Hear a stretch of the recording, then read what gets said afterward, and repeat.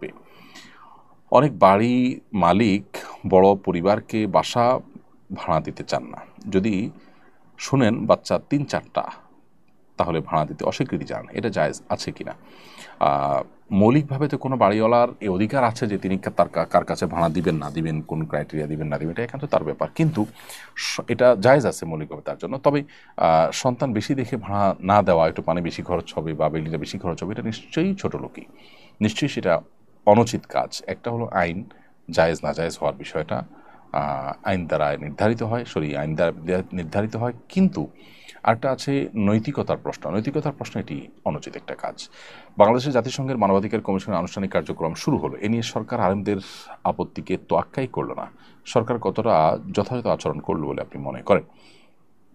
দেখুন, প্রথম কথা হলো যে জাতিসংঘ মানবাধিকার কমিশনের অফিস খোলা এটা হলো এই সরকারের সবচেয়ে গর্হিত, সবচেয়ে জঘন্য কর্মকাণ্ডগুলোর মধ্য থেকে একটা। বিধায় এই ব্যাপারে সরকার আরও দায়িত্বশীল আচরণ করবে সেটি আমরা প্রত্যাশা করি, এবং সেটা না করলে তারা আল্লাহর কাছে দায়ী থাকবেন, জনগণের কাছে তারা দায়ী থাকবেন।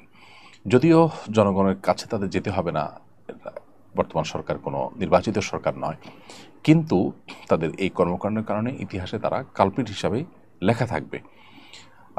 জনগণ তারা বিরোধিতা করতে পারে, ওলামা ইকরাম সচেতন নাগরিকরা তারা বিরোধিতা করতে পারে, তারা বিরোধিতা করেছেন এবং বোঝাবার চেষ্টা করেছেন সরকারকে যে এটা আমাদের জন্য ভালো কিছু বই আনবে না। কিন্তু আমরা জানি যে এনজিও বেসড এই সরকার সুযোগ পেয়ে, বিশেষ করে শেষের দিকে এসে তারা তড়িঘড়ি করে তাদের অনেক এজেন্ডা, বিদেশিদের অনেক এজেন্ডাকে তারা বাস্তবায়ন করার জন্য কাজ করছেন। তারা দেশের মানুষের জন্য অনেকেই কাজ করছেন না। তো এই কাজটি সেরকম একটি কাজ।